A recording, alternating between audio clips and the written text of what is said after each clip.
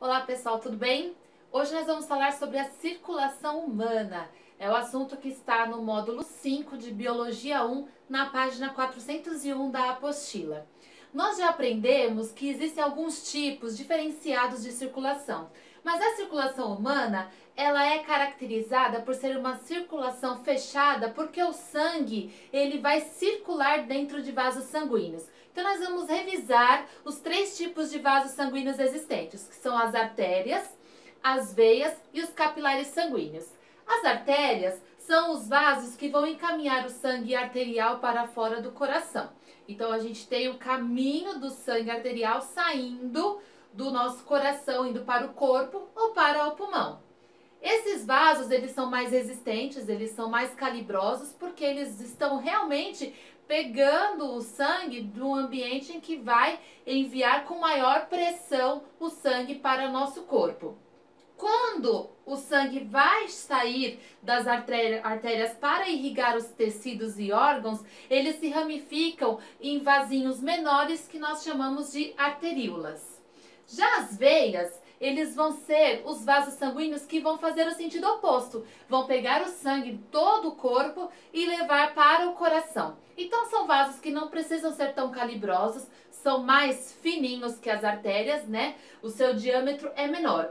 E nesses vasos, o sangue ele não vai ter a mesma pressão que as artérias. A pressão sanguínea ela é mais baixa nesses vasos. Já por fazerem o caminho oposto, sair, por exemplo, da ponta do pé para chegar no coração, eles estão contra a gravidade. Então, lá nas veias existem certas válvulas que impedem que o sangue tenha um refluxo e ele vá para o sentido oposto, para o sentido que não é ideal para o nosso corpo.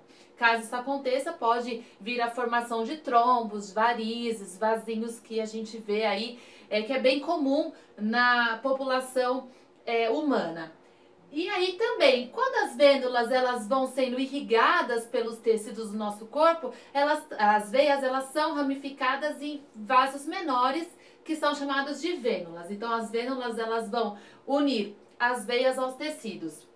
Já o terceiro tipo de vaso sanguíneo são os capilares sanguíneos.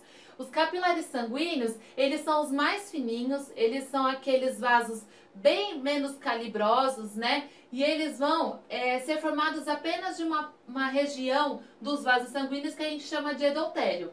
Como eles são mais delicados e menores, eles vão permitir as trocas gasosas, né, entre o sangue e os tecidos. Então, tanto artéria quanto veia, todo vaso sanguíneo que se comunica com tecidos, eles também vão ter nas suas extremidades os capilares sanguíneos. Então a gente tem aqui uma artéria caminhando o sangue. Quando vai chegar nos tecidos, eles vão sendo ramificados em arteríolas, que por sua vez ficam menores em capilares. A veia a mesma coisa. A veia também vai caminhar o sangue, ela vai ser ramificada aí para as células do tecido em vênulas, né? E aí também vai ter os capilares sanguíneos. Como que são compostos, né, esses vasos sanguíneos? Veias e artérias, porque os capilares eles só têm o endotélio. Então possui 3 camadas básicas que a gente chama de endotélio, a camada média e a túnica adventícia. O endotélio é a camada mais interna, é a parte interior dos vasos sanguíneos. A camada média, que a gente chama de túnica média, que ela vai ser composta de musculatura lisa, não tem estrias. E a túnica adventícia é a parte que vai recobrir, ou seja, é como se fosse a pele da veia ou da artéria. Então a gente tem aqui uma estrutura, né? O capilar sanguíneo, ela não tem todas essas 3 estruturas, apenas o endotélio, a parte mais interna. As artérias e veias têm a túnica mais externa, a túnica mediana e o endotélio, que é a parte interna. O coração para nós, seres humanos, para os mamíferos no geral e também as aves que nós já aprendemos, possui 4 cavidades, 2 átrios e 2 ventrículos. Então, além da nossa circulação, ela ser uma circulação fechada, ela é dupla e completa. O que isso significa? O sangue no ciclo passa 2 vezes pelo coração E também não tem mistura de sangue venoso com sangue arterial, que é o sangue rico em oxigênio e o sangue rico em gás carbônico. Então, o nosso coração ele vai trabalhar em dois tipos de ciclo, que é a contração sístole e a diástole, que é o relaxamento. Então, o batimento cardíaco, né, ele é promovido pelo nosso marca-passo natural, que veremos adiante, e aí a gente tem essa contração e relaxamento, contração e relaxamento. Essa movimentação é justamente por conta da musculatura que nós temos no coração, que se chama miocárdio. Cada átrio vai encaminhar o sangue para o seu ventrículo. Então, o átrio direito encaminha o sangue para o ventrículo direito, o átrio esquerdo para o ventrículo esquerdo. Assim como nas veias, existem válvulas que impedem o refluxo do ventrículo para o átrio, porque a direção é única, o sangue não pode retornar. Então, a gente tem dois tipos de válvula, a tricúspide, que está no átrio direito e ventrículo direito, e a bicúspide, que a gente chama de mitral, que está no átrio esquerdo e ventrículo esquerdo. Então, a gente tem um esquema do nosso coração. Lembrando que quando a gente observa uma imagem, o que é do lado direito da anatomia é o nosso esquerdo para o observador. Então, eu estou do mesmo lado que esse coração aqui representado. Então, o meu átrio direito, do meu lado de fato direito, e o meu átrio esquerdo do lado esquerdo. Então, a gente vê o caminho do coração vindo do átrio do sangue, vindo para o átrio direito, vai cair para o ventrículo direito. Mas aqui ele vai seguir o destino para onde? Para os pulmões. Essa é a pequena circulação. Então, o sangue vem aqui rico em gás carbônico e ele precisa sofrer a troca gasosa para quê? Porque se ele está rico em gás carbônico, não adianta ele irrigar o corpo. Então, ele vai para o pulmão. Lá no pulmão, esse gás carbônico ele sofre hematose e aí vira um sangue oxigenado, ou que a gente chama de sangue arterial, e ele retorna para o coração através das veias pulmonares.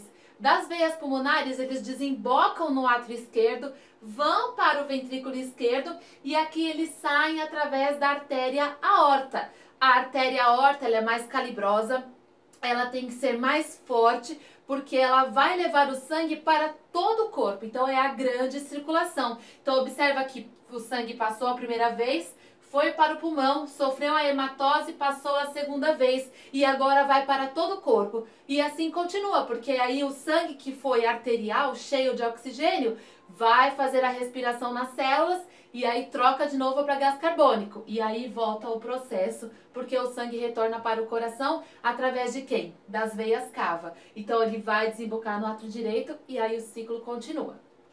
Então o nosso transporte de sangue. Basicamente o que eu já falei, a veia cava vai liberar o sangue venoso, ou seja, cheio de gás carbônico. No átrio direito vai para o ventrículo direito, segue via artéria pulmonar para os pulmões. Então ele retorna através das veias pulmonares, cai no átrio esquerdo, passa para o ventrículo esquerdo e através da artéria aorta faz a circulação sistêmica ou grande circulação. Aqui eu já falei, não, nos pulmões tem a hematose, troca gasosa, ele volta para o coração agora, rico em oxigênio, e depois ele vai para todo o nosso corpo.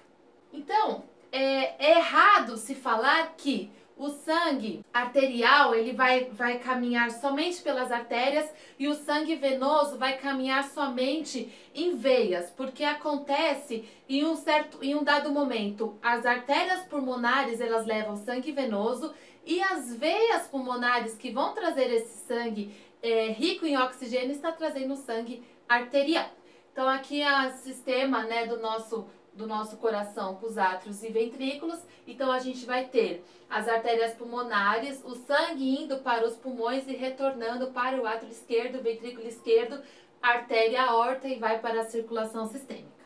A pressão sanguínea, que a gente chama de pressão hidrostática, ela está relacionada pela quantidade de água na superfície dos nossos vasos sanguíneos.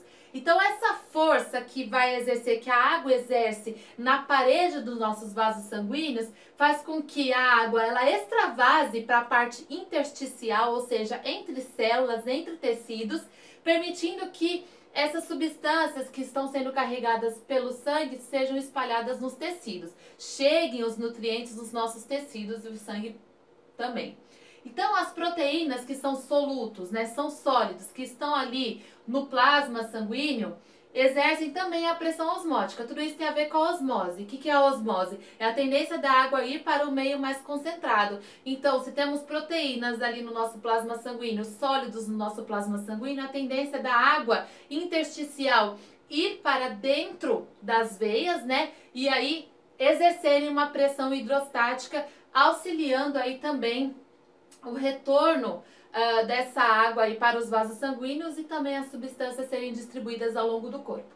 Quanto mais próximo do coração, maior é a pressão hidrostática, obviamente, né? Por conta justamente do bombeamento sanguíneo que ocorre ali, sístole e diástole. A composição do sangue. O sangue, ele tem a parte líquida, que é o plasma sanguíneo, que é a água ali, que vai ter várias substâncias dissolvidas. Além de ter os elementos segurados do sangue, que a gente chama de leucócitos, que são os famosos glóbulos brancos, hemácias, que são os glóbulos vermelhos ou eritrócitos, e as plaquetas, que não são células propriamente ditas. As plaquetas, elas são fragmentos celulares. O sangue, ele representa cerca de 8% da massa de um adulto e nós temos em cerca de 5.600 litros de sangue, né, para um adulto que tem mais ou menos 70 quilos aí de massa corporal. Todas essas nossas células sanguíneas, leucócitos e os eritrócitos, que são os glóbulos vermelhos, eles são produzidos dentro de estruturas chamadas de células hematopoéticas. Onde que fica isso? Dentro dos nossos ossos longos, na medula óssea vermelha. Então, os leucócitos, eles têm a função principal de defender o nosso corpo contra agentes invasores.